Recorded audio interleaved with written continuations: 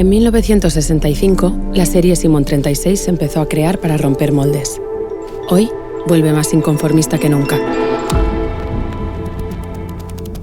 Se llama Simon 360, pero es de líneas rectas.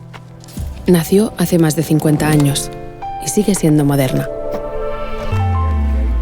Es innovación y legado a la vez. Su diseño mínimo es capaz de presumir de tecla grande. Se integra en todas partes, pero nunca pasa desapercibida. Es sencilla de instalar, aunque completa en posibilidades. Es compatible con todo, y a pesar de eso, no se compara con nadie. Demuestra que la funcionalidad puede ser emocionante. Simon 360 llega ahora para ofrecer lo mejor de nuestra experiencia.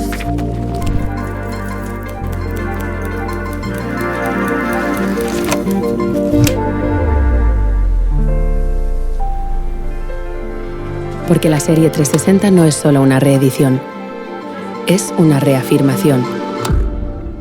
Simon 360, inconformismo original.